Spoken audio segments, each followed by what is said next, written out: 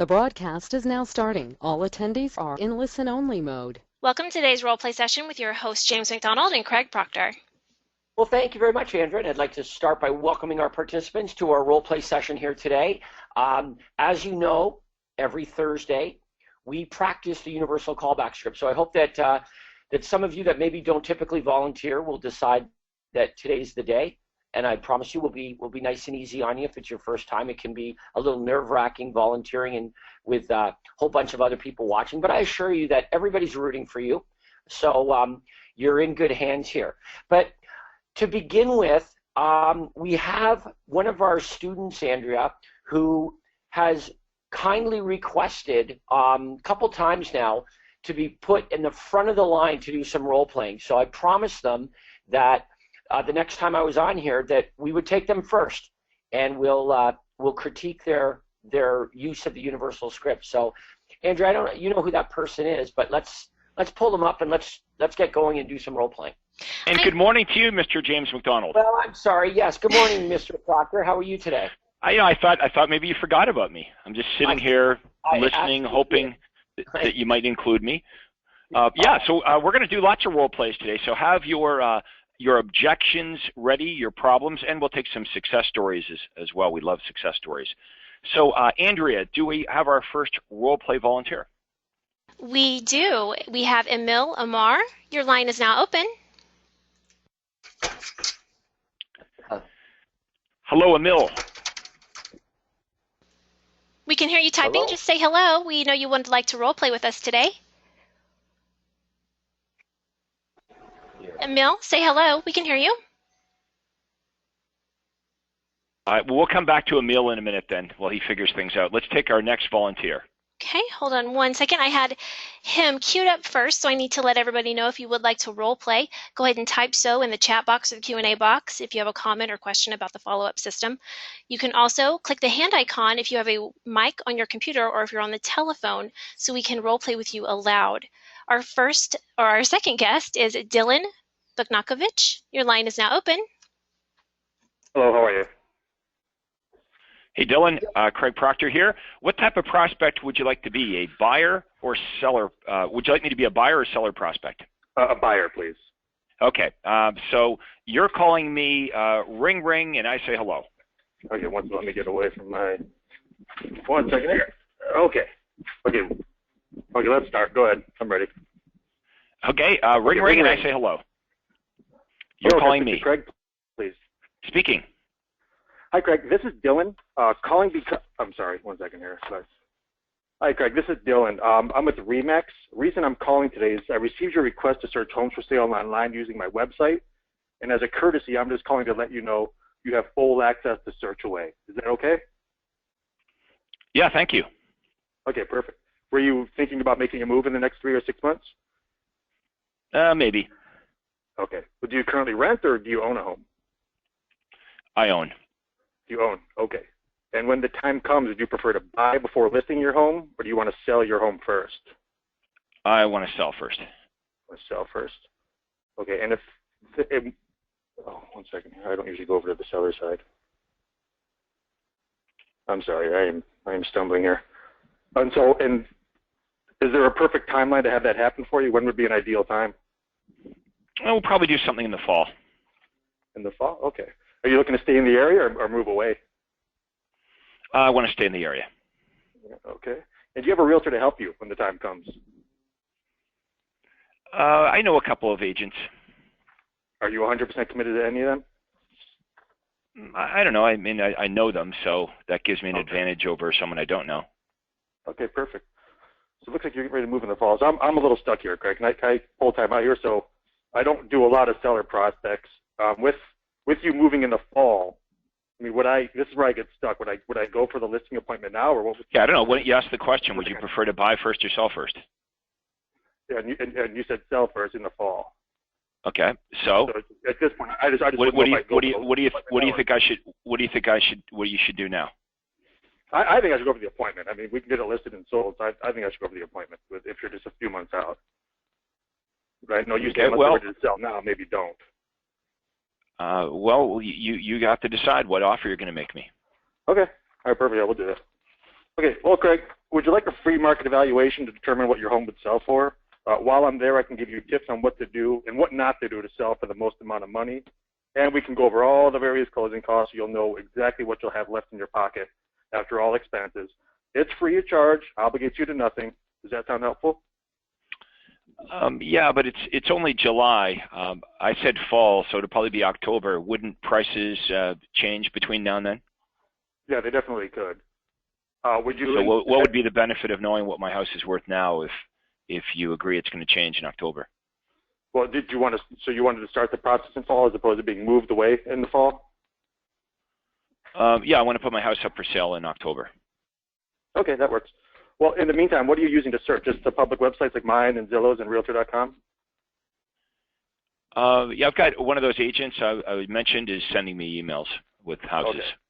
Well, would you like me to email you updates too of homes that match your criteria? It'll be from all real estate companies. It'll include bank-owned homes, company-owned, distressed sales. It's also free and doesn't obligate you to buy a home. Does that sound helpful? Yeah, I guess, but wouldn't I just be getting the same information from the other agent? Well, I'm not sure what they're sending you, but like I said, my list will include all homes. Perfect. Okay, that's good. Okay, all right, so I say yes, I want your list. Okay, perfect. So when can we get together for about 20 minutes or so I can take down exactly what you're looking for? Well, I'll just tell you what right now on the phone. Oh, I understand that, but Craig, I want to do a good job for you. So when we get together, you know, instead of emailing you hundreds of homes that may or may not match your criteria, we can get together for about 20 minutes. I can put your input directly into my database and get you set up on a perfect search. So what would work best for you, mornings, afternoons, or evenings? I guess evenings. Okay, is there an evening coming up that works for you? I'm actually flexible. Well, let me check my wife's schedule, and I've got your contact information. When I check her work schedule, I'll give you a call back. That works, but while we have each other on the phone... Well, don't say that works.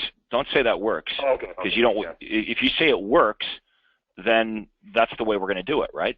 Yeah, I suppose. Like, you guys have to be careful not to agree with what you don't want to do. Yeah.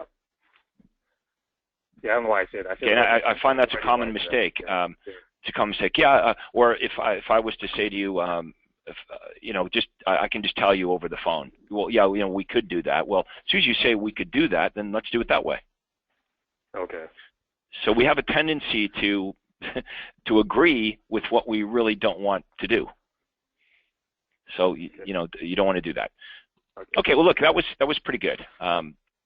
You know, I think you said you're not really prepared if they're a seller prospect, and I guess that begs the question, why not? Like, would sellers be as valuable or more valuable than buyers? Well, no, it's just a confidence thing. I just don't. Mainly like 95% of my business is buyers right now. I get listings here and there, so it's just me working on the confidence. Well, many of those buyers would have homes to sell too, right? They do. Yes, that is true. Okay, so if you were here and there, it's just yeah. Right. So if you were to follow up with a buyer, and you ask the buyer, would you rather buy first or sell first, and they say I'd prefer to sell first, you want to be prepared for that, because many buyers want to sell first. I'm sorry, you broke up there. Yeah, you're losing up a little there. Yeah. So you got to be prepared for the 50% opportunity that they're going to be sell first. Okay. But if they're just not ready to sell now, just get in front of them as a buyer, get them set up on the search, and then at least you're the agent that comes around when they do. I prefer to follow up with them until they're ready to list their home. Okay. Like with a buyer, you don't have that problem. If a buyer is going to be purchasing within the next year, you can get together with them now and sign them to a 1-year buyer agency agreement. Agreed.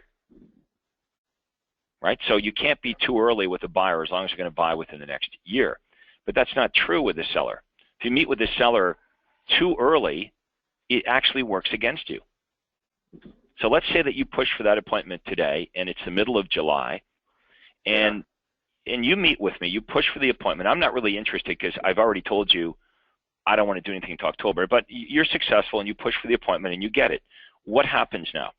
First of all, as the seller, how much am I really paying attention to all of your benefits, your presentation, and whatever price you give me? Let's agree it's probably not going to be correct in October.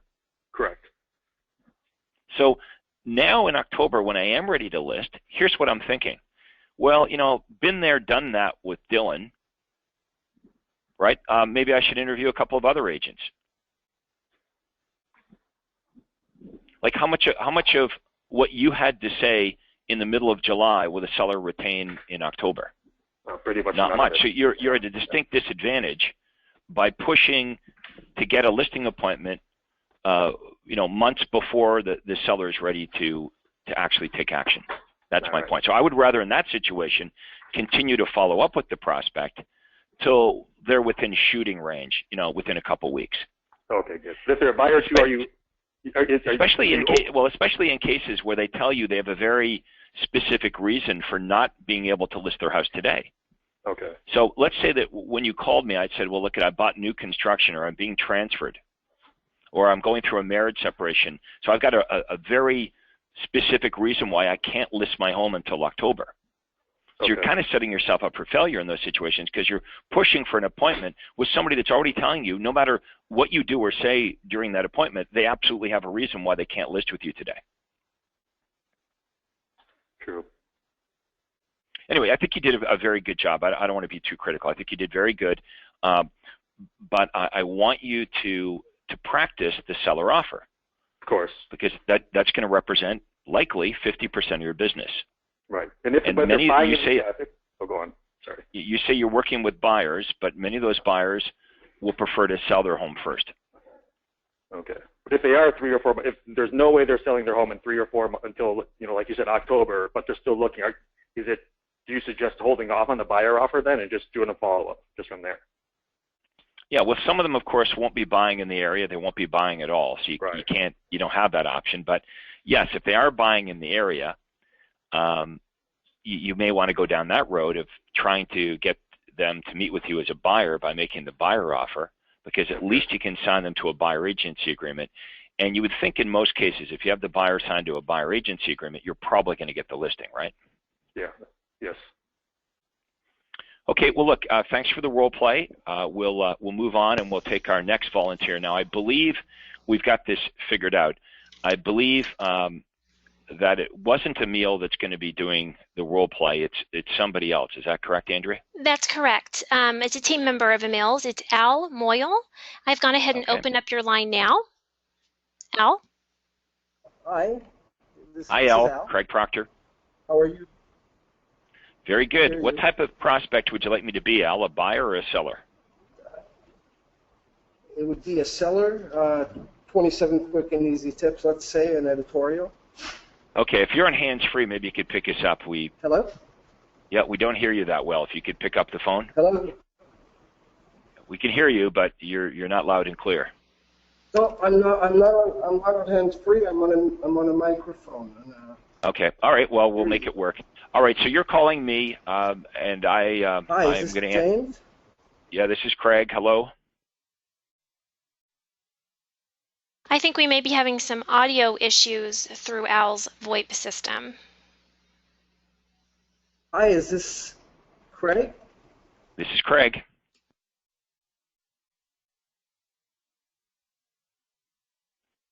This doesn't seem to be working. Yes, I don't think it's going to work.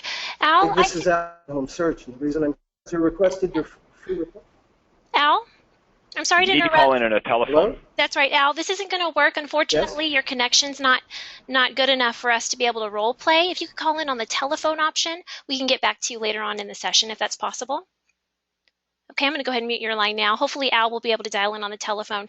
Al, it will be in the email, the telephone number, the email you received to log on. So let's go ahead and move on to our next participant, unless you wanted to read some of the chats, Craig. Yeah, I'm reading some of the chats now. Here's a question from Pierre Van. I often get this answer or response from the prospect saying, hey, look, I'll call you if I need anything after I introduce myself. How do I handle this objection? Okay, Pierre, it's very important all in one breath when we're introducing ourselves to tell the prospect not only who we are, but most importantly, why we're calling and letting them know it's in response to a request that they made. So let me give you an example of what not to do, first of all. James, you remember I had a guy named John work for me on inside sales. Do you remember that? James had to leave, unfortunately. Okay. I had this guy, he would introduce himself this way. He'd say, "Hi, I'm John.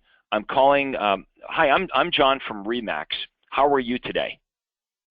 Well, the prospect would say, "Well, I'm not very good. I'm watching Wheel of Fortune.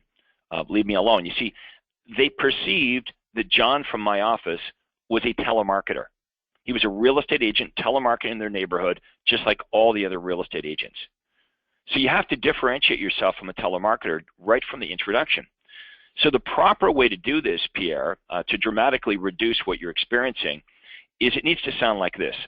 "Hi, Andrea. It's Craig Proctor here at ABC Realty, and the reason I'm calling is in response to your request for the distress sale list. Just wanted to let you know I've sent that information out to you, and I wondered if you folks were planning on making a move in the next little while." Okay, now all that was said in one breath. So what does the prospect know? Who I am, and they understand that the only reason I'm calling them is in response to a request that they made first on their volition. Okay, the prospect started this. If you're not clear with that, then they don't understand why you're calling, and they'll probably say to you, "Look, I don't know why you're calling," or "I'm not interested," or "How about this? If we need real estate help, we'll call you." All right, let's have a look at some other questions here.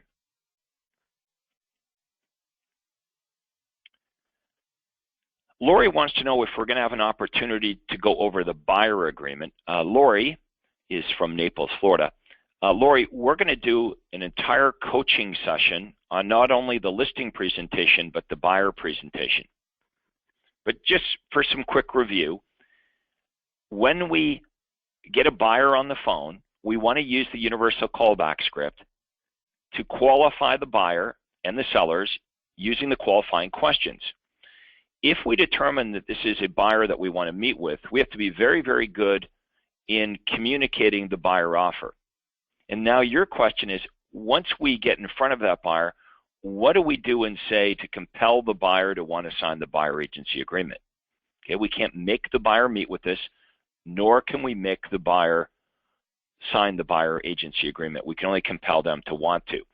So just as quick review from the super conference, here's what we would say to a buyer.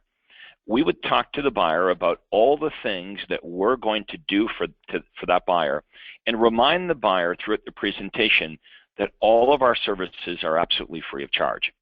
So one of the services I believe all of you would offer is you could get your buyers pre-qualified for financing absolutely free of charge. All of you could do that. Many of you already do it, but you fail to talk about it. Okay, so we're going to make sure we tell the buyer that not only are we going to get them pre-qualified for financing, but we're going to explain the benefit to them. You see, if they don't understand the benefit of getting pre-qualified for financing, they're probably not going to do it, or they just won't see it as a big deal. So what would be the benefit to the buyer? Well, if they get pre-qualified, we won't waste time looking at homes above or below their price range. We'll only be sending them homes that are in that price range. And they're going to be able to make a stronger offer because they've been qualified for financing. So that means they're going to get the house they want, and they're going to save money. Okay. The second benefit is sending them priority access to proprietary information.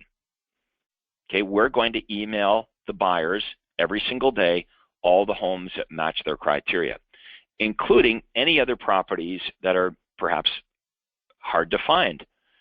So pre-foreclosures, pre-MLS listings, homes that have expired.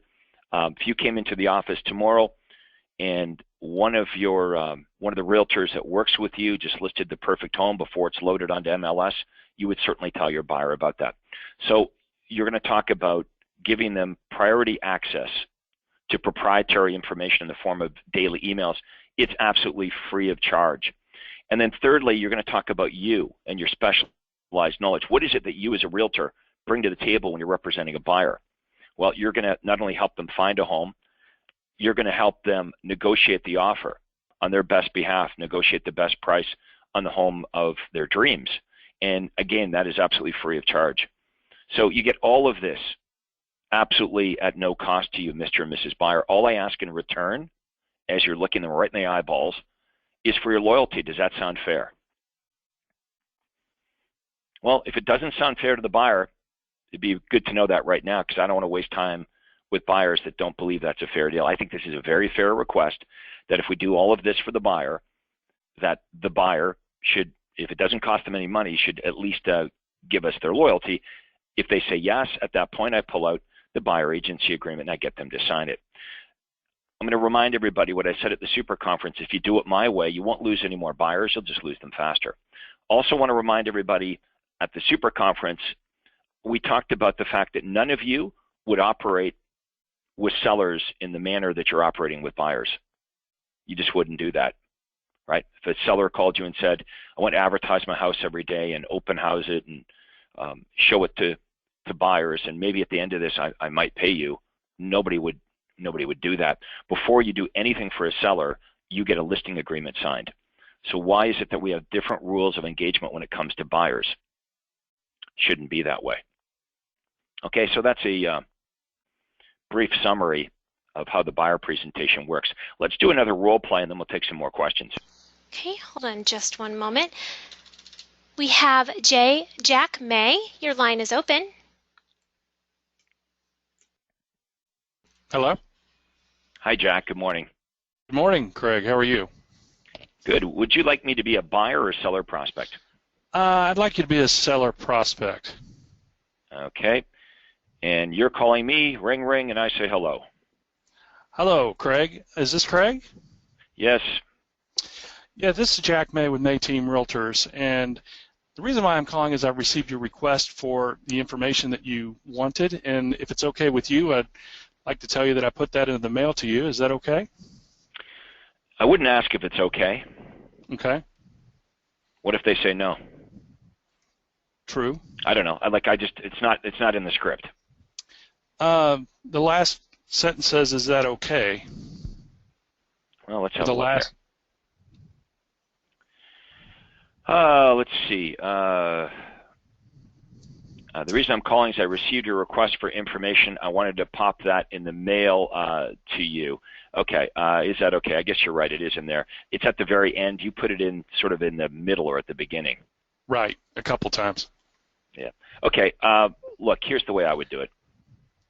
Hey, Jack. Craig Proctor with ABC Realty. Hey, look, the reason I was calling, wanted to let you know I received your request for the whatever, and I've sent that information out to you. And I wondered if you folks were planning on moving in the next 3 to 6 months.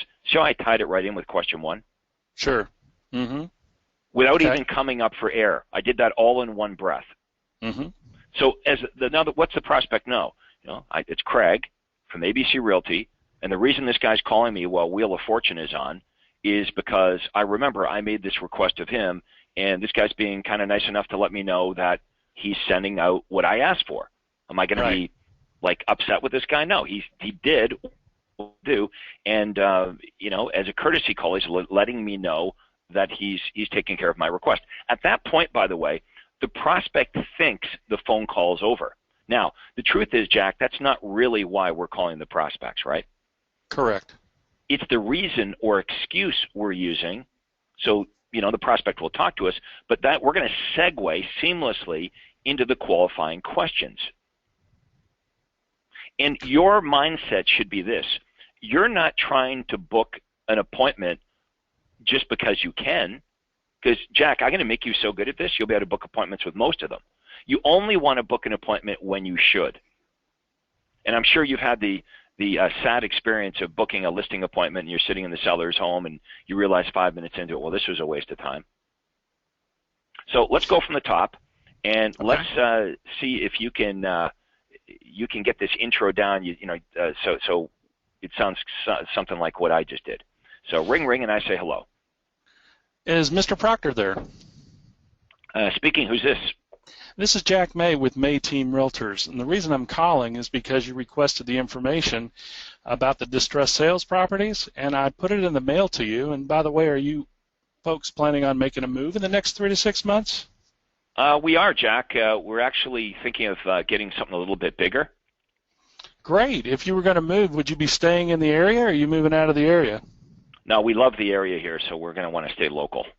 Oh, fabulous. That might be. I don't know. I guess when we find, we like our house. It's just we want something a little bigger. So as far as timing, I guess it would just be based on when we find something we like better than this place. Sure. That makes sense. Do you have a realtor to help you when the time is right? I have the guy that sold us this place. He's been in touch. He sends us a calendar every year. Are you committed to him? I don't know if I would say I'm committed, but you asked me if I knew a realtor. That's the only guy I know. Sure.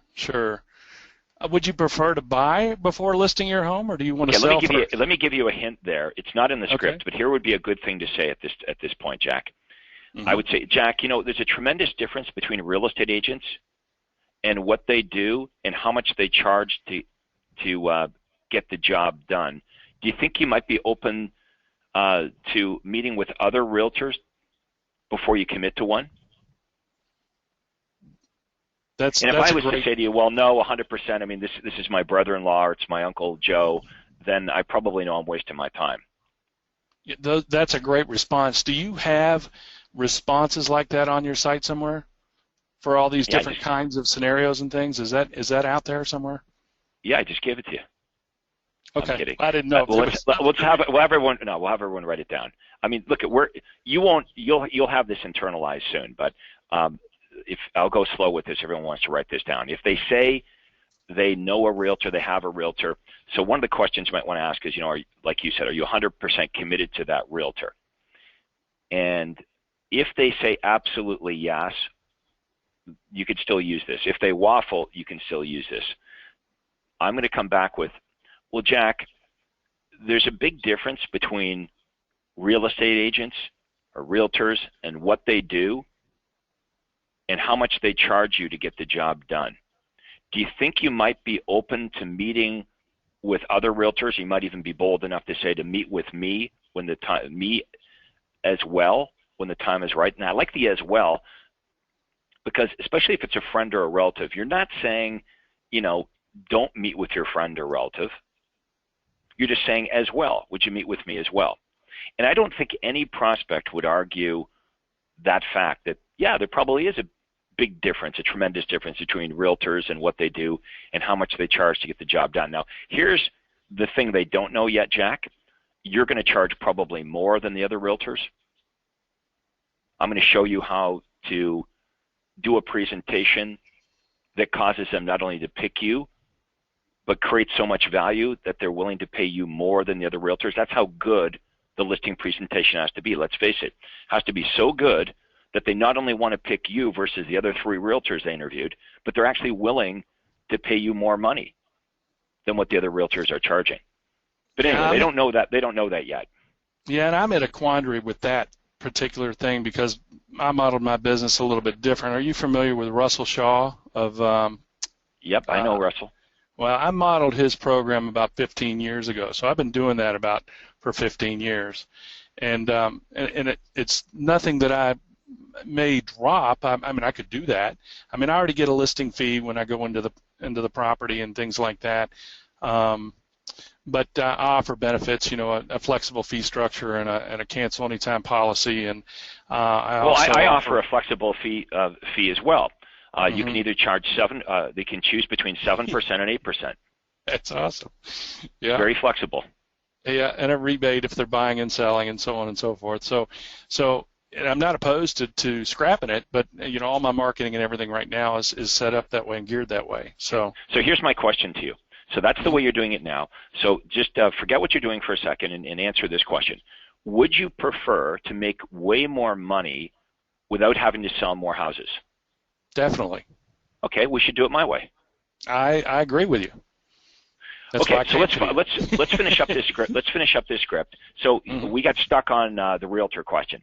So right. What I said was, just to recap, you asked me if I had a realtor. I say, well, the only guy I know, only realtor I know, is the one that sold me the house. And he sends me a calendar every year.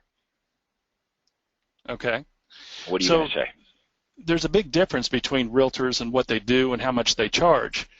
So would it be okay that I might be able to meet with you in addition to... Not okay, because that's a commitment. Would you be open to? That's less commitment, right? All right. Would you be open Would you be open to meeting with me along with whoever else you're meeting? Yeah, I wouldn't even say that part. Okay. Just would you be open to meeting with me? You could see as well. Okay. Oh sure. yeah, I guess I might be open to meeting with a couple realtors. Okay. Thank you. Would you prefer to buy before listing your home, or do you want to sell first? Yeah, like I said, we're kind of happy in the place we have, Jack, but we would prefer a little bigger home. So I wouldn't want to sell my home before we find another one. So to answer your question, we'd rather look around and find something first and get excited about that before we were to list our home for sale. Sure. Would you like me to email you daily updates of homes that match your home buying criteria from all the real estate companies? Our list includes any bank foreclosures, company-owned properties, or other distressed sales. It's a free service, and of course, you're never obligated to buy a home. Would that be of interest to you? Yeah, of course. I would love that. When can we get together for about 20 minutes? Well, Jack, why can't I just tell you on the phone what I'm looking for? Why do we need to meet? Rather than email you hundreds of homes which may or may not match your criteria or risk missing out on the perfect one, if we could get together for just 20 minutes, I have a form I can fill out, and I'll take down exactly what you're looking for. Okay, well, look, could you just email me this form? No, because if I don't meet with you, it's a possibility that we could not match exactly what you're looking for, and it'd be all these wasted properties sent to you. If I can meet with you, I can get. All right, so let's stop there for a second. Okay. Here's what I really like to use. At this point, this is when you want to drop. Craig, you know what? I want to do a good job for you. This is what it comes down to. Now, you see, the problem is the buyers know that we could take their information over the phone. We can't say that is impossible. But also the buyer cannot deny the fact that we could do a better job with them if we sat down and had a conversation about this. Now, here's the crazy thing about this. The buyer, the same buyer, would take time off work tomorrow to go get their teeth cleaned, right? They would do that. But they're telling you they're too busy, or they don't see the importance of coming in and meeting with you about buying the biggest thing they're going to buy in their life. So it's not true, right? They're giving you an objection. Why? Because they either don't see the benefit, okay, or they're afraid of potential cost or obligation. Okay, right. So we know that in reality, meeting with the buyer is not only good for us, the realtors, it's actually good for the buyer as well. I think everyone with us this morning would agree if the buyer would meet with us at the onset, at the beginning of the relationship, we could do a much better job for them. So we're not lying to the buyer. We're telling the buyer the truth. And the buyer kind of knows this. If we point the obvious out to them, right, it's obvious. Like, I don't think there's any buyer you're ever going to talk to, Jack, that say, hey, Jack, well, guess what? I think you could do a better job if you never met me. And we never talked. Now, you could actually give me a few examples. Okay, and everyone wants to pay attention to this. You could give me a couple of examples of why it would be better to meet. So let's do this again. You're asking me to meet, and I'm saying, well, look at, you said you have this little form. Why can't you just email me the form? Why can't we do it that way? Or how about this, Jack? Give me your email address, and I'll email you a detailed description of what I'm looking for. Why won't that work? Why do we need to meet? Well, I do have a special buyer package that I've put together for you that's got all the... Great, send the package over. It doesn't work. I really need to meet with you so I can get exactly what you're looking talking about. You're talking about what you need. Watch your language, right? Okay. What I need from you. See, this is what we have to be careful of. We go into what I need. Sure. So if you're in a store and the salesperson comes up and, hey, Jack, you know what? Here's what I need. I need you to buy that 65-inch television today because I'm on commission here. That's what I need, right? That doesn't work. So I want you to start off by saying, well, look, Craig, I want to do a good job for you. And if you can come in and meet with me for 15 minutes or so, I can take down exactly what you're looking for. Let me give you a couple of examples, Jack. Would you be interested in homes that have aluminum wiring? No, I wouldn't. Okay. Would you be interested in homes that have formaldehyde insulation? No, that doesn't sound appeasing. No, it makes people sick, actually. But some homes in the area do have that, and they do have aluminum wiring. Would you be interested in a home that potentially has an oil tank buried in the backyard? No. No. So these are some of the things that we could talk about, because I want to have a real good understanding of exactly what you're looking for. You know, what's important is that we get you priority access to all the new listings that come on the market. You know, the market's very hot right now, as you can appreciate. The best deals go very quickly. So not only will we not be emailing you dozens of homes which do not match your criteria, which can be irritating, right? Just me emailing you dozens and dozens of homes every day. But most importantly, and this is the big fear that we want to hit on, most importantly, Jack, is we won't lose out on the perfect property. That is the big fear that every buyer has. I want everyone to think about this. I want us to appreciate and agree on this point. The big fear that buyers have is that they're going to miss out on the perfect property. This is the reason why they're on 15 different websites and they're getting emails from 4 different agents.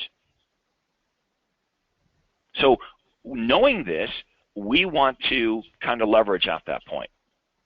Okay, so what's the offer here? What's the reason that a prospect should want to meet with you, Jack? Number one, because you can do a better job. I want to do a good job for you. So you're sincere there. And every buyer in the world knows, yeah, the agent could probably do a better job if we sat down and had this conversation. Then I gave you a couple of real world examples of things that you wouldn't be able to email to me that you've never thought of, right? Aluminum wiring, formaldehyde insulation, oil tank in the backyard.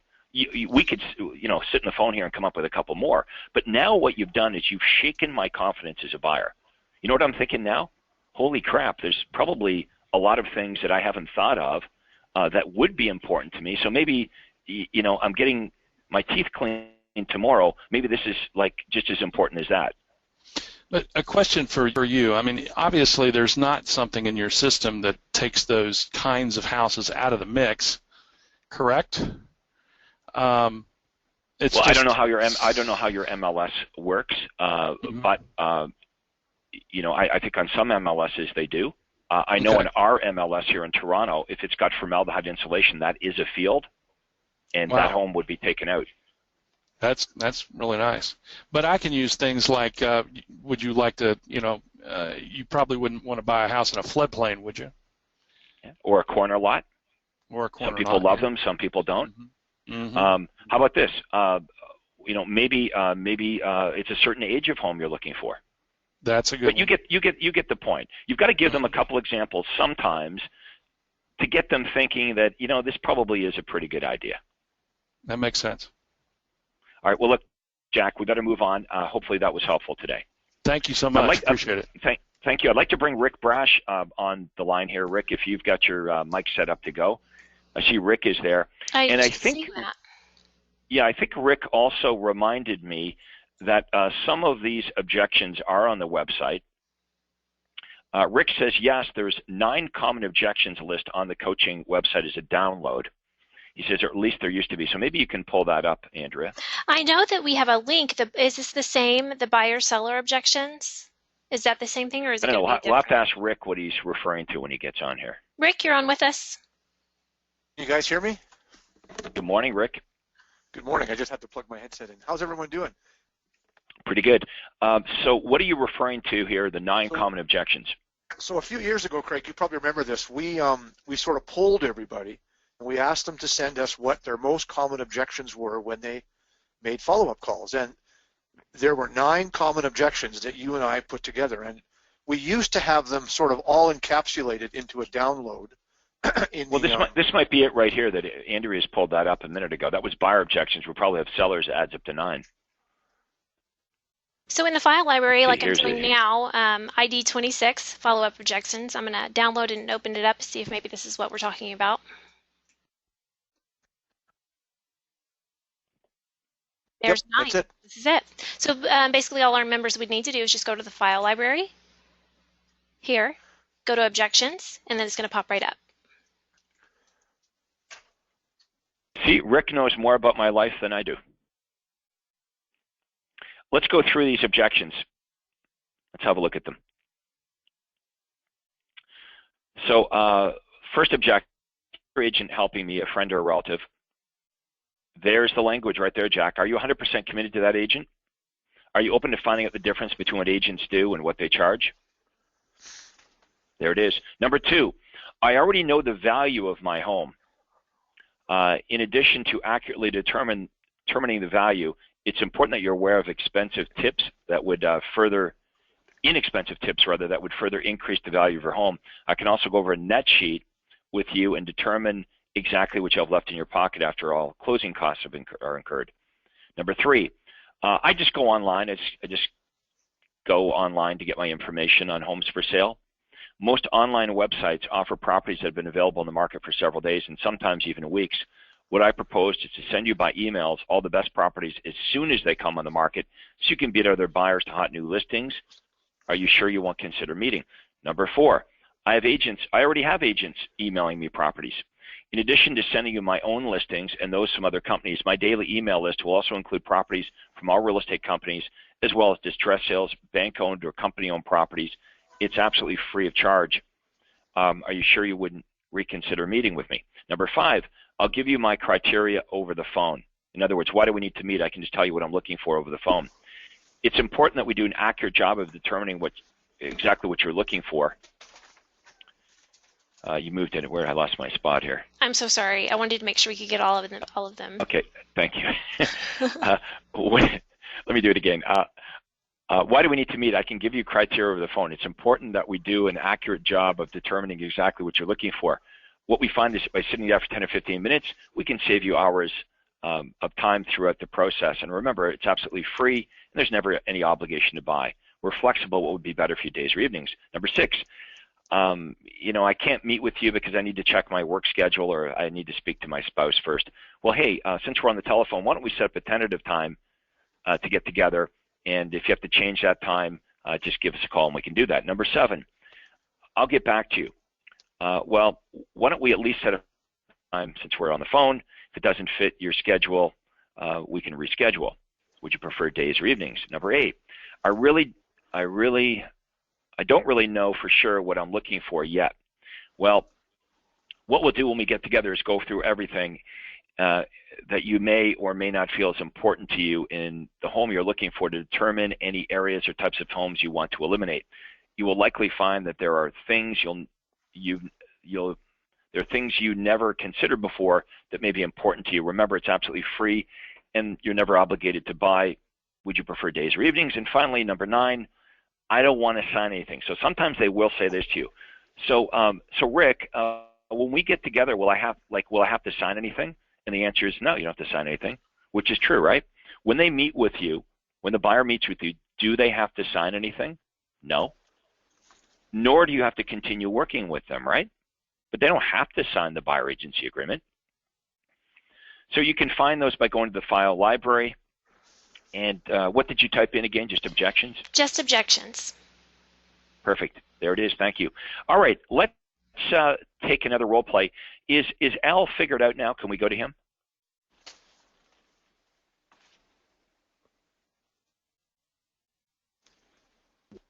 Hello?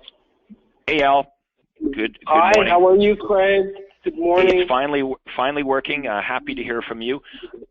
Would you like me to be a buyer or a seller? Okay, thank you for taking my call. First, I would like you to be a seller responding to an 800 response from an editorial. Perfect. Ring, ring, and I say hello. Hi, Craig. This is Al calling from. Is this Craig? This is Craig. Hi, Craig. This is Al calling from GTA Online Home Search, and the reason I'm calling is because you've requested a free report, 27 quick and easy fix-ups to sell your home fast and for more money. And as a courtesy, we're calling to let you know that the report has been sent. Is that okay? Oh, yeah, thanks a lot. I remember seeing that article in the newspaper. By the way, are you planning on making a move in the next 3 to 6 months? We are. We want to do something before the end of the year. I want to move closer to work. If you were to move, would you be staying in the same area, or are you planning on moving out of the area? Well, Al, I'm in Newmarket right now, and I probably want to, I work downtown. I probably want to go Richmond Hill or Thornhill, get a little closer to the city. When do you think that might be? Well, we we've been looking online. We've been looking at some of the real estate sites, and on the weekends we've been going to some open houses. So I guess it's just a matter of us narrowing down the exact area and the type of home we want before we pull the trigger on this and get our home up for sale. Do you have a realtor to help you when the time is right? We met a couple, a nice husband and wife couple at an open house last week. Okay, would you be committed to them 100%? I don't know if I mean, we just met them, so I wouldn't say we're 100% committed to them. They were nice, though. Okay. Tell me, would you prefer to list your home before selling? Yeah, no. Why don't you create some doubt, like we just talked about, Al? Why don't you say, well, gee, Craig, there's a tremendous difference between realtors and what they do and how much they charge to get the job done. Do you think you might be open to meeting with other realtors before you commit to somebody? Right. Okay, Craig, there's a lot of difference between what realtors do and would you be open to listening and saying what we could do for you? Yeah, absolutely. We would want to meet with a couple realtors before we pick one. Great. Would you prefer listing your home first, or do you want to sell it first? I don't know. Like the market here in Toronto is so hot. I think we would be afraid to put our home on the market because it would sell. Not that that's a bad thing, but we're afraid that it would sell before we find one. So to answer your question, I think we'd need to, find a house before we list our home for sale. Would you like me to email you these daily updates of homes that match your home buying criteria from all the real estate companies? Our list also includes any bank foreclosures, company-owned properties, or other distressed sales. It's a free service. There's no cost. There's no obligation. And, of course, you never have to buy a home. Would that interest you, Craig? Yeah, please send those. Okay, if we could get about 15 minutes of your time, the area representative would have a data form to fill out, take exactly what you're looking for, and we're scheduling for afternoon. Okay, let's stop there for a second.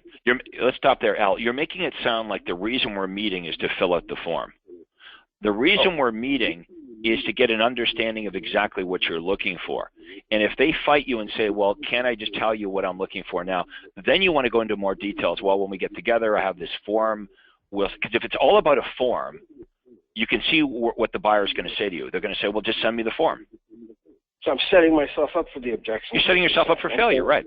You're saying that would be like, I'm trying to think of an example here.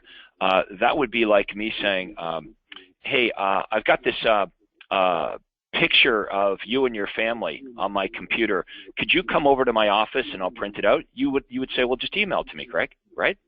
So it can't be, right. The reason for the meeting, it can't be about a form. Okay. Okay, the meeting is, when can we get together so we can have a detailed discussion about what you're looking for? Okay. And they might say to you at this point, well, why can't we have the detailed discussion right over the phone? What's your answer to that? I'm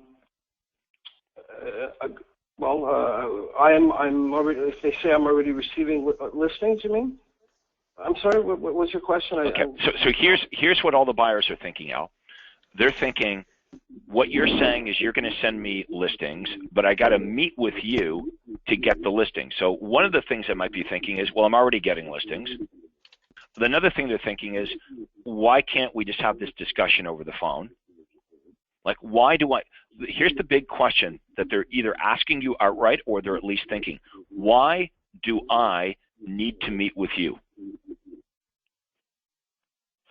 Okay. So you got to sell that. You got to sell that. Right. If you can't sell that, I'm not meeting with you. And then you don't get a buyer agency agreement signed, and you're running around showing me houses like all the other agents. Right. Okay. So I'm not an agent. I'm just I'm an inside salesperson. You're a salesperson. You're a salesperson. So you got to sell this. Right. Okay.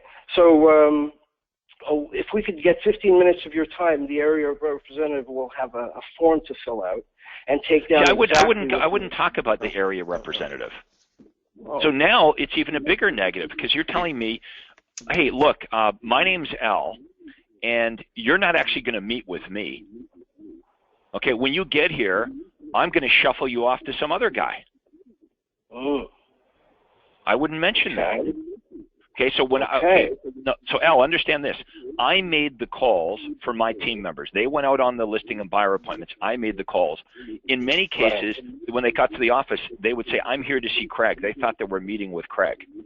It was only when they were at the office that they found out they were meeting with Susan or Joe or Bill. Okay. Okay. So let's do this over again. You're making the offer to me, which is you can, let me hear your offer. I want to hear your offer one more time. Okay, so if we could get 15 minutes of your time, the area representative will have... I want to hear what you say before that. So I want to buy first. I said I want to buy first. Yeah. Would you like me to email you daily updates from homes that match your home buying criteria from all the real estate companies? Our list includes any bank foreclosures, company-owned properties, or other distressed sales. It's a free service. There's no cost or obligation, and of course, you're never obligated to buy a home. Would that interest you? Yeah, I would like that. Thank you. Great. It would take we need about minutes of your time. Well, no. When can we get together? Forget about the minutes. When can we get together so we can take down exactly what you're looking for? Okay, Craig, when could we get together to take down exactly what you're looking for?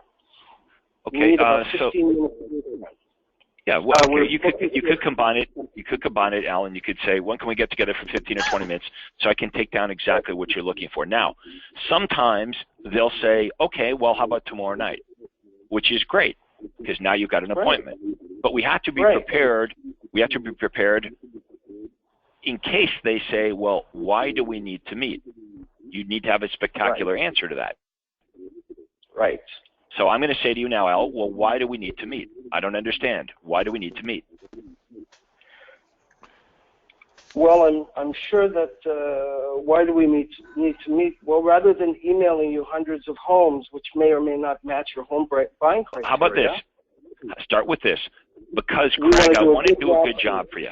Right. I want to do a good job for you. Right there, that does a lot. I want to do a good job for you. Rather than emailing you. Go ahead. Okay, Craig, I want to do a good job for you. Rather than emailing you hundreds of homes, which may or may not match your home buying criteria, and you would risk on missing out on the perfect home, I'm booking for Mondays or Wednesdays. Which night would be good for you? Monday.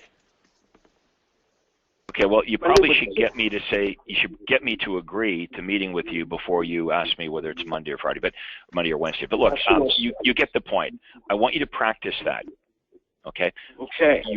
You've got to be able to explain to the prospect, the buyer prospect, when they ask you or say to you, why do we need to meet, you need to have a really good answer to that because that's what they're thinking. They're either outright asking you that question or at least they're thinking, well, gee, why do I need to meet? Why can't we just talk about what I'm looking for over the phone?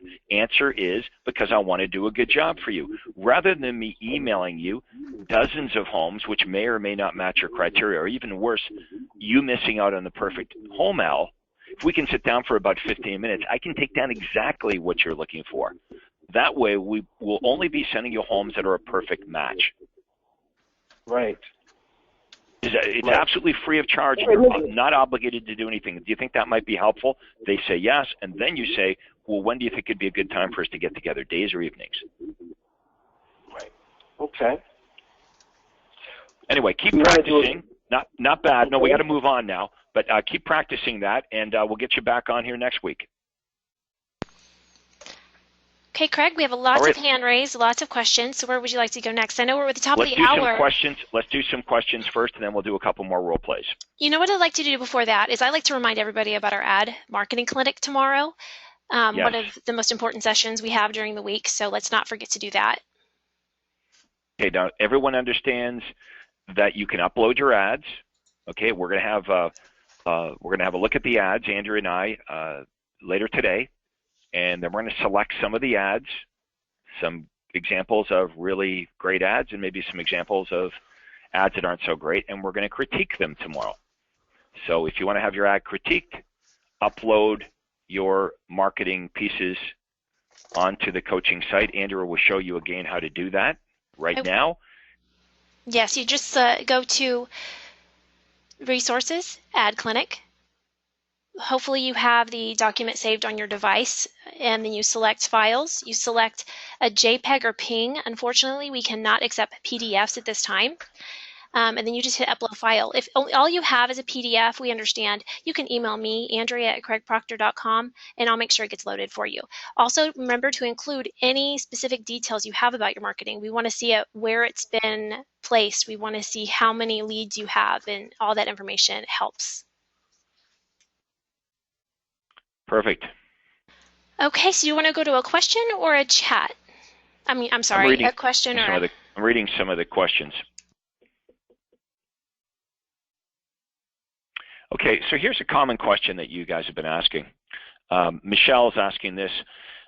How would you handle the situation if the buyer really can't meet with you because they're not in your area? You know, they live hundreds of miles away, maybe they're out of state. So that's a very common question. Many of our members are in, a second home market. Okay, they're, they're in Florida and their buyers coming from Minnesota or Michigan or Canada. How do you handle that situation? Well, you're going to use the exact same script. Okay, and when it comes to asking them about their timing when they're ready to buy, that's very important. And if they're coming into your marketplace in the next couple of weeks, you're just going to book the appointment like you normally would at your office. If it's going to be months and months until they come into your area, what you could do is you could do the buyer presentation over the phone, and you could just email them the buyer agency agreement. Okay, and you're going to find out whether they're going to be loyal to you or not. Eventually, though, if I'm in Canada and I want to buy a house in Florida, eventually I've got to go to Florida to buy the house, right? So that's the way I would handle it. That's the way our members are handling those situations. The answer is, if they're coming into your marketplace in the next couple of weeks, that buyer appointment is booked at your office like normal. If it's going to be months and months down the road, you're going to become really good at doing the buyer agency presentation right over the telephone. You could do it on a webinar like what we're doing right now. You could take that PowerPoint presentation, the buyer PowerPoint presentation that Andrea showed you here earlier, and you could do that presentation via webinar like we're doing right now. You could email your prospects the buyer agency agreement, they could sign it, and they could send it back to you. That way, you would know who to spend time with because they're going to be loyal, and that's what you're asking for here. Really, let's face it, you're asking for loyalty. Some of them won't be. Some of them will refuse to sign your buyer agency agreement. Then you can decide, do I want to continue emailing them properties and calling them and keeping in touch with them? You can if you wish, but I think they're telling you a lot if they won't be loyal to you. I would rather know personally up front. Okay, let's read some more questions here.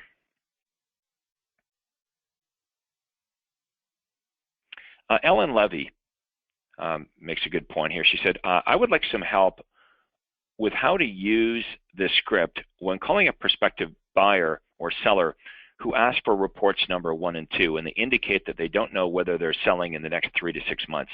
Well, Ellen, that is a real situation. There are prospects that we speak to that aren't really sure on their timing. They don't know whether it's going to be 2 months or 3 months or 6 months, but they've got the itch to move. If they ask you for 2 reports, which sometimes they do, they'll say, well, I want report number 1 and 2. What I would do, Ellen, if they were a seller, I would send them the report they requested plus another seller report that would make sense to somebody that's selling. A buyer, the same thing. I would send the buyer the report they requested, and then I'd pick another one of our reports that would interest a buyer. So that way you are sending both reports. Remember, they don't know how this works. We're using the report number 1 and 2 as a technique to help us determine the real timing or the qualification of the buyer or seller prospect. All right, let's look at a few more questions here. Ariel's asking this question. What if the buyer refuses to come and meet with you at the office? For the sake of time, will you agree to go to their home? Yeah, I would. Yep, I absolutely would go to their house. In fact, Ariel, if they have a house to sell, I always want that buyer appointment to be at their home. Why? Because maybe I can get the listing agreement signed at the same time. However, if it's a first-time buyer, I always purposely make them jump through an extra hoop. I want them to meet me at my office. Okay, so let me repeat that again. If it's a prospect that owns a home, but they're a buy first prospect, so they have a home to sell, but they want to buy first, look around at properties before they list their home for sale. Personally, I want that appointment always at their home because maybe I can get the listing signed at the same time. If it's a first-time buyer, an extra hoop that I purposely jump them through is those buyers all must come to my office. Am I willing to make exceptions? Yeah, I guess so. I might be willing to make an exception if I felt it was a really good buyer, but it's important for us to have rules of engagement in place. You'll find that all professionals have rules of engagement. Your lawyer has them, your doctor has them, and if you want to be viewed as a professional, you should have them too. So it's going to be up to each and every one of you to decide what your rules of engagement are going to be. All right, let's take a few more questions. Okay, here's one from Julie that just came in. Julie's asking, well, what if I work from my home? Where's the best place to meet the buyer? At a coffee shop? Or, well, look, I would prefer, Julie, to meet them at an office. It doesn't have to be your office. It could be another real estate office. You probably should make arrangements. I really, don't want them coming to my home, and I really don't want to meet them at a donut shop, a coffee shop. If I have to, I will, but it's not preferred. I'd like to give a suggestion. Something that just opened up in my area, they're called just workspace offices, Gravity Space, and they will rent out conference rooms that are really awesome per hour, per day, and you could also take up on that if you needed to. Okay, yep, good idea. Okay, Jeff Fairchild is asking this. We're used to not having a lot of leads, so we accept whatever the customer is willing to do, and we don't pressure them at all. However, it's better to follow this system and get them to the office. Jeff, absolutely. I mean, I can relate to that. As I shared with you folks at the Super Conference, when I started in this business, I was truly living a life of scarcity. Okay, that's what I believed. I really believed that there couldn't be very many high quality buyers and sellers out there. Why did I believe that? Because it was so difficult for me to get one. So I was always terrified to ask my buyer or seller prospects any of these qualifying questions that I'm suggesting you ask. Why was I afraid to ask the questions? Because I didn't want to know the answers. When you've only got one buyer, you can see how you might be terrified to ask, well, if I've got one, do you have any other agents in mind? Are you working with any other agents? What if they say yes? That was my only buyer. But we're going to teach you guys how to generate lots of leads. Some of them are better than others. All right, is we want to work with the best. So I understand that if you don't have a lot of prospects, of course you're not qualifying them because you've got no other alternatives. It's either the one buyer that you have or nothing at all. But what if we can change that? That's what we talked about at the Super Conference. What if we can show you how to generate slightly more buyers and seller leads than you could possibly handle? Then it matters, right? If you had more prospects than time to work with the prospects, you would want to spend your time with the most sincere, the most motivated, the most ready to act buyer and seller prospects in your database. And that's where this script is going to become very useful, because the most important thing for you is your time. If you want to make a lot of money in real estate, you've got to be very protective of how you use your time and who you're meeting with and who you're not meeting with. All right, let's have a look at some more questions here, and then we'll take another role play. So many here.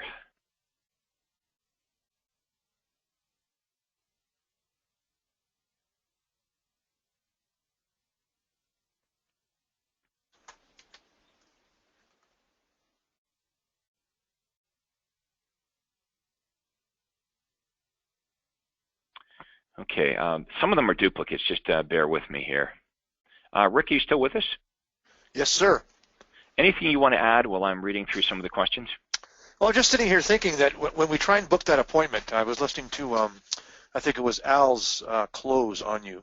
He said, and today's Thursday, he said, we're booking for next Monday and next Wednesday. And my immediate reaction to that was, oh, that's just too far away.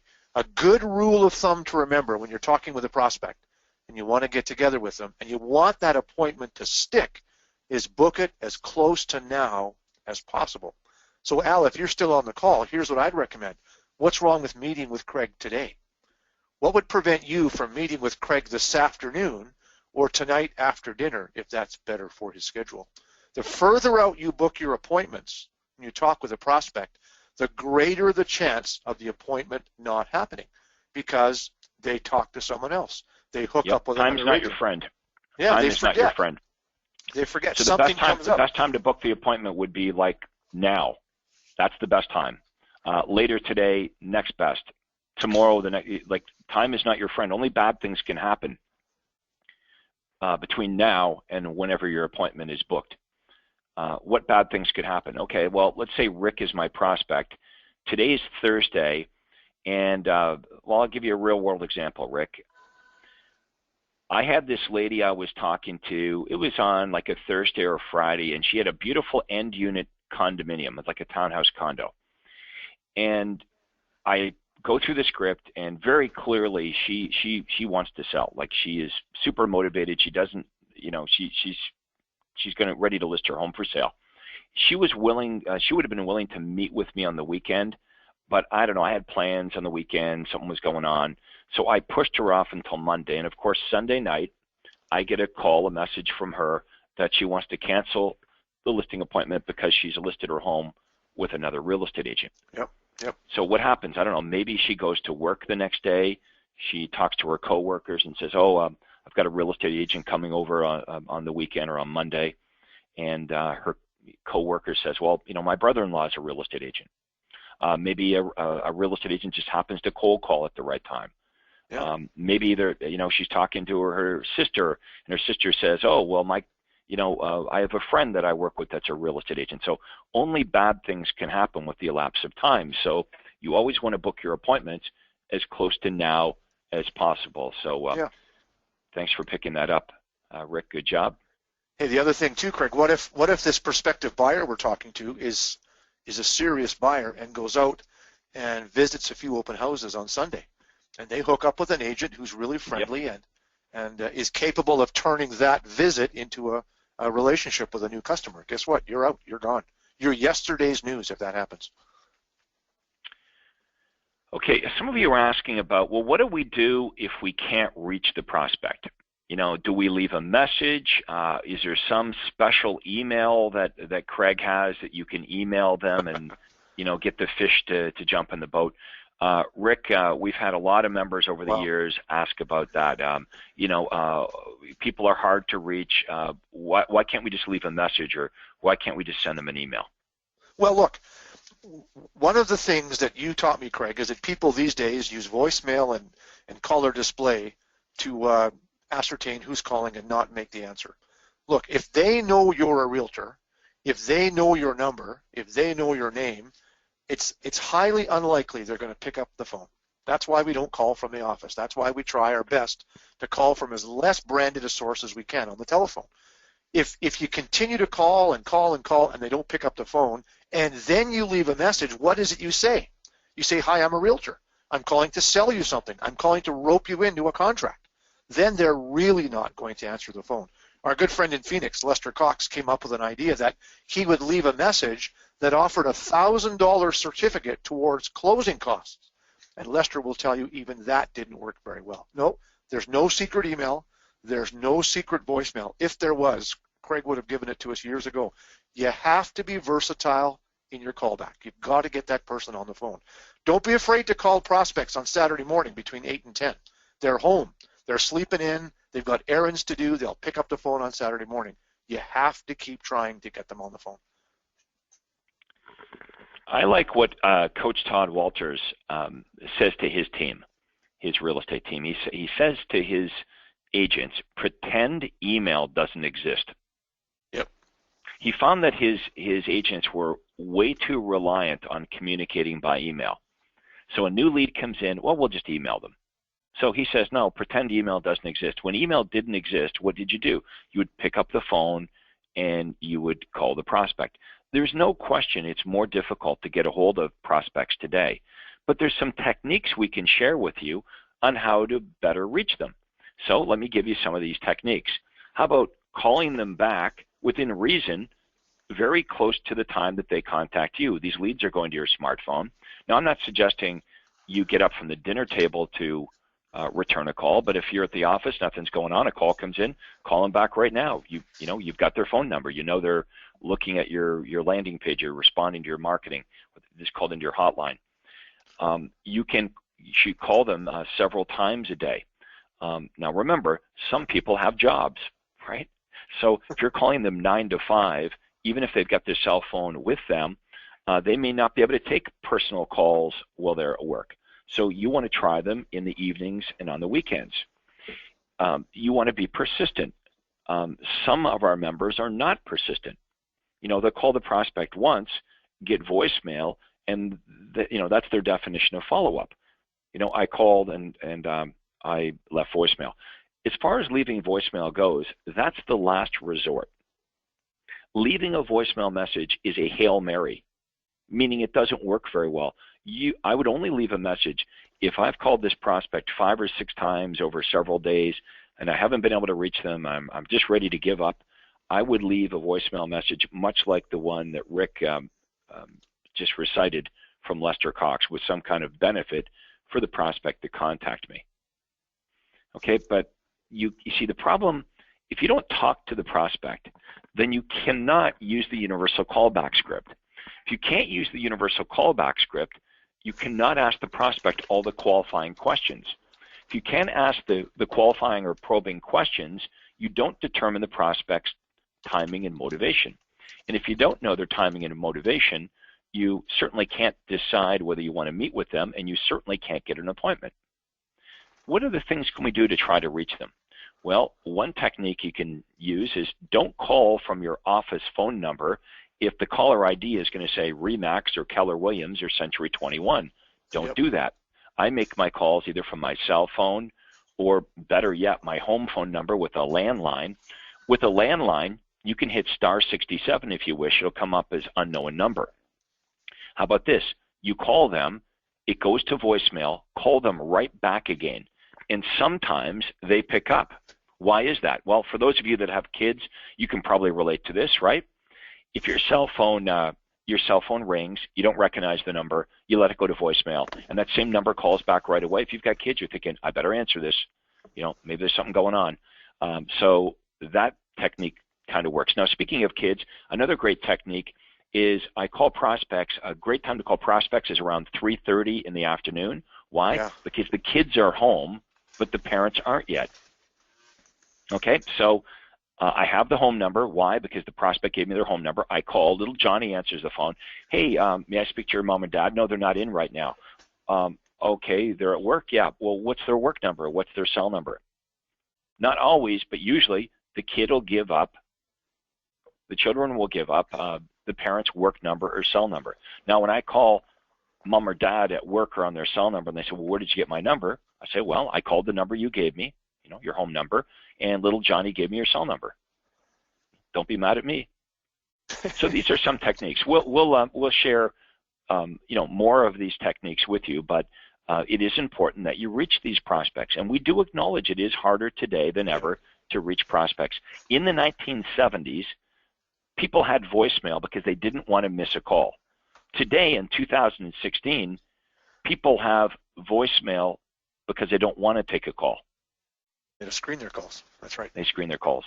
Exactly. All right, let's take one more role play before we wrap it up. Andrea, I'll let you pick who's next. Okay, we have Harry Kimbrough. Please go ahead. Hey, our good friend Harry. Good morning, Harry. I guess it's good afternoon for me here. Maybe good morning for you still. How are you all doing? Good, Harry. What type of prospect would you like me to be? Well, I had just risen my hand. I had a question about the free reports, so we should actually physically mail those instead of letting them automatically pop up from our websites? You can do either or. Just to clarify to everybody what Harry is asking, with the Success website, for the special reports anyway, when they enter their contact information, they can immediately see the reports. You can have it set up that way, or you can shut that feature off if you prefer to email or mail the special report out. You can do it either way. Okay, thank you. All right, thanks, Harry. I'll tell you what, maybe we're short on time. We can't do another role play. We'll take a few more questions, then we'll wrap this up. Anything else you want to add here before we go to some more questions, Rick? Well, I just like that point about making callbacks as quickly as possible. For those of you who haven't seen it, ask your coach to send you a copy of write this in your notes, the MIT lead study. And there's a great paper on the best time to call a lead back when the lead is created. And the short and sweet of that is as quickly as possible. They show that if you get back to them in the first 5 minutes versus waiting for an hour, you have a 700 times better chance of getting them on the phone. So that alludes to Craig's point. Call them back as quickly as you can. And Craig's right. If you're out on a date with your spouse in the movie or out for dinner, don't do that. You've got lead generation working for you now. But if you were working and you have the opportunity to get on the phone with a prospect, the lead is generated, get on the phone with them as quickly as possible, and you'll be very happy with the pickup rate that they have on their end of the telephone. And we've experimented with this, Craig, and the sooner we get back to a lead, the better it is to talk to that person. So that's some good advice. Okay, Mike's question we've already answered. He said in Florida, a lot of the buyers are from out of the area. How do we handle that? We talked about that. John McEwen is asking, when making calls, the prospect sometimes has to go, where they say they're busy after I get through my introduction and I ask a couple of questions.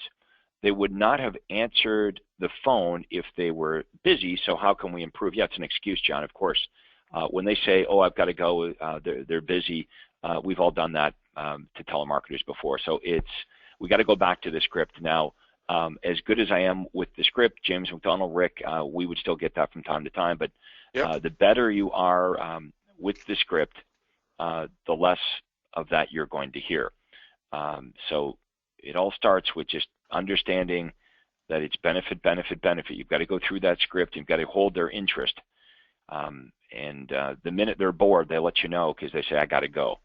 Yep. If they view you as a salesperson, if they view you as some other kind of negative, they're not going to have time for you. They're going to get rid of you. So, that's the problem. Is the script is designed so you can get on and off the phone in 2 or 3 minutes. I don't know. Do you have a big problem with that, Rick? People Nope. saying a question or two into it, I'm busy or I got to go? Sure. I think sometimes I have a tendency to talk too much. Or the one thing you really, really counseled me on, Craig, when you were teaching me the script was I have a tendency to speak a little bit quickly. And when I do that on the telephone, people don't get a clear grasp of what I'm saying. So I deliberately slow down when I make follow-up calls, and I try and help to do that as well. How do you know you speak too fast? You should be recording the calls you make on your cell phone, on your computer, or with a tape recorder on your landline. That's what you had all of us do in the old days, Craig. Record your calls, listen to yourself, send them to your coach for critique. And the one critique I got consistently from my coach, from James McDonald and Craig, was, Rick, slow down. People can't understand what you're saying. And as soon as I did, my conversational quality went up, and so did my ability to book appointments. I think in the beginning, too, maybe our members are a bit nervous with the script, so they've got a tendency to talk a little faster than they should. I think you're right. And then we get someone on the phone who's kind of captive, and our adrenaline rushes a bit. Oh, we got one. This one's going to work. And we get excited, and we speed up through the offer. And by the way, guys, that offer, the most important part of the script. You want to get to that offer and then make that as articulate and as value-filled as possible, because that's what gets you the meeting. And when the adrenaline starts to go, you get excited, you speed up, it's really cool, and boom, they disappear because they didn't understand the value in meeting with you. So take your time. It's just a conversation with a good offer at the end. Yep, very important for you to record your calls and listen to not only what the prospect's saying, but how you're responding to that. You're going to learn a lot by doing that. Okay, I would record my calls. I would record everyone on my team. That's how we get better, is by coming on the role play, listening to other people do role plays, but also listening to ourselves. Okay, we are going to wrap this up. Tomorrow morning, as you all know, is the ad or marketing clinic, where you're going to have an opportunity to watch us critique the ads that have been sent in. These calls are all recorded. All these webinars are recorded. Some of you are asking, there's certain things I'd like to hear again. Andrea's going to show you now where you can listen to all the webinars or watch all the webinars over and over again. You'll never miss any. However, it is way better if you come on these live, yep, because you can participate. And I want to thank all of you that did participate today. Thank you very much for all your questions, and for those of you that volunteered for a role play. Sorry we didn't get to everybody, but remember, we do these every Thursday. So we're going to wrap it up for today. Big thanks to Rick Brash for his help, and Andrea, our wonderful operator, as always, for helping. Everyone have a great day today, and we'll talk to everybody tomorrow morning for the Ad Clinic. Take care, and that concludes today's role play.